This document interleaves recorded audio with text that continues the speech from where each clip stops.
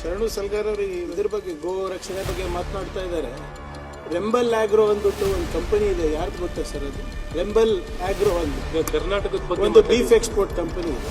ಅಂದ್ರೆ ತಾವು ಎದ್ದಿದ್ದೀರಾ ತಮ್ಗೆ ಗೊತ್ತಿದೆ ಅಂತ. ಯಾಕೆ ಎದ್ದೆ ಅಂದ್ರೆ ಮಹಾರಾಷ್ಟ್ರದು ಪರಿಹಾರದ ಬಗ್ಗೆ ಮಾಡ್ಲಿಕ್ಕೆ ಪ್ರಯತ್ನ ಮಾಡಲು ಎಷ್ಟು ಹೆಕ್ಟೇರ್ ಲಾಸ್ ಆಗಿದೆ, ಸರ್ಕಾರದ ಗಮನವನ್ನು ಸೆಳೆದು ಎಷ್ಟು ಹೆಕ್ಟೇರ್ ಲಾಸ್ ಆಗಿದೆ ಸರ್ಕಾರ ವ್ಯಂಗ್ಯವಾಗಿ ರಾಜಕಾರಣ ಉತ್ತರ ಕೊಡುವಂತ ಬೇಕಿಲ್ಲ.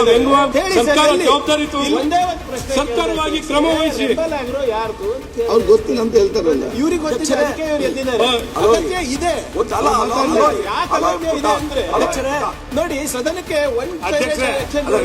ಮಾತಾಡ್ಲಿ ಅಂತಾನೆ ಹೇಳ್ತಾರೆ. ಇದು ಮಾಡ್ತಾ ಇಲ್ಲ ಅಂತ ಅವ್ರು ಹೇಳ್ಬೇಕಲ್ಲ. ಈ ಜಿಲ್ಲೆ ಬೆಂಗಳೂರಿನಲ್ಲಿ ಇಲ್ಲಿ ನಡೀತಾ ಇದೆ, ಇದಕ್ಕೆ ಸರ್ಕಾರ ಪ್ರೋತ್ಸಾಹ. ಗೋಮಾತಾ ಬಗ್ಗೆ ಮಾತಾಡ್ತಾರೆ, ವಿಶೇಷವಾದಂತ ಕನ್ಸರ್ನ್ ಇಂದ ಮಾತಾಡ್ತಾರೆ. ಕನ್ಸರ್ನ್ ದೇಶಾದ್ಯಂತ ಇರಬೇಕು, ರಾಜ್ಯಾದ್ಯಂತ ಇರಬೇಕು, ಪಕ್ಷಿಗಳಿಗಿರ್ಬೇಕು, ವ್ಯಕ್ತಿಗಳಿಗಿರ್ಬೇಕು, ಅಷ್ಟೇ ಕೇಳ್ತಾ ಇರೋದು. ಓಕೆ ಅಧ್ಯಕ್ಷರೇ, ಈಗ ಅದಕ್ಕೆ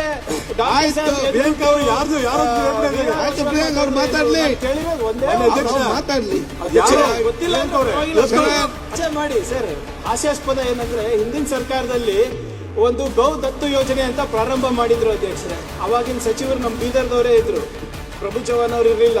ಅವ್ರು ಒಂದು 11 ಗೋಗಳನ್ನ ಅವ್ರು ದತ್ತು ತಗೊಂಡ್ರು. ನಂಗೆ ನೆನಪಿರೋ ಹಾಗೆ ಬಸವರಾಜ ಬೊಮ್ಮಾಯಿ ಸಾಹೇಬರು ಒಂದು 5-6 ಏನೋ ದತ್ತು ತಗೊಂಡ್ರು. ಅದು ಹೊರತುಪಡಿಸಿ ಯಾವ ಬಿಜೆಪಿ MLA ದತ್ತು ತಗೊಂಡಿಲ್ಲ. ಇದು ಎಲ್ಲರೂ ಇದ್ರು ಇಲ್ಲೇ ಸದನದಲ್ಲಿ. CC ಪಾಟೀಲ್ ಸಾಹೇಬ್ರು ಹಿಂದಿನ ಸದನದಲ್ಲಿ ಇದ್ರು, ಸುರೇಶ್ ಕುಮಾರ್ ಸಾಹೇಬ್ರು ಇದ್ರು, ಬಹಳಷ್ಟು ಜನ ಇದ್ರು. ಯಾರು ಕೂಡ ಗೋದತ್ ಯೋಜನೆಯಲ್ಲಿ ಗೋಮಾತವನ್ನ ತಗೊಂಡಿಲ್ಲ.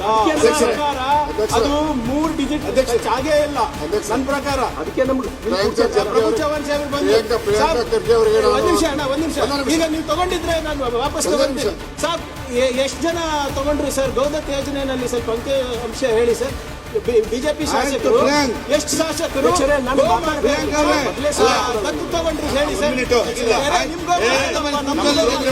ಹೇಳ್ಬಿಡಿ. ಮಾಜಿ ಮಂತ್ರಿಗಳು ಹೇಳ್ತಾರೆ ಎಷ್ಟು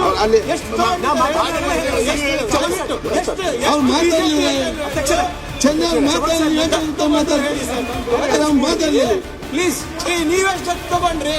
ನೀವೆಷ್ಟು ನೀವೆಷ್ಟು ತಗೊಂಡ್ರಿ ಹೇಳಿ. ನಾವು ಸರಿ ಇಲ್ಲ ಸರ್. ಎಷ್ಟು ಪೈಸಾ ಇಲ್ಲ ದತ್ತು ತಗೊಂಡ್ರಿ ಹೇಳಿ.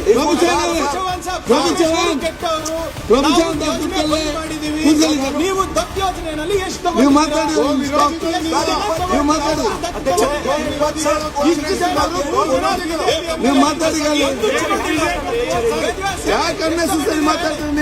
ಸರ್ಕಾರಿ ಯೋಜನೆಯಲ್ಲಿ ಸರ್ಕಾರಿ ಯೋಜನೆಯಲ್ಲಿ ಏನು ಪ್ರಶ್ನೆ ಕೇಳ್ತೀವಿ, ನೀವು ಉತ್ತರ ಸುಮ್ಮನೆ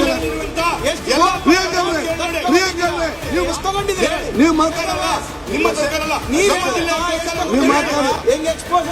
ನೀವು ಮಾತಾಡಿ.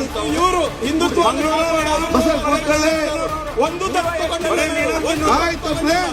ಮಾತಾಡೋದು ಮಾತ್ರ ದೊಡ್ಡ ದೊಡ್ಡದು ಮಾತಾಡ.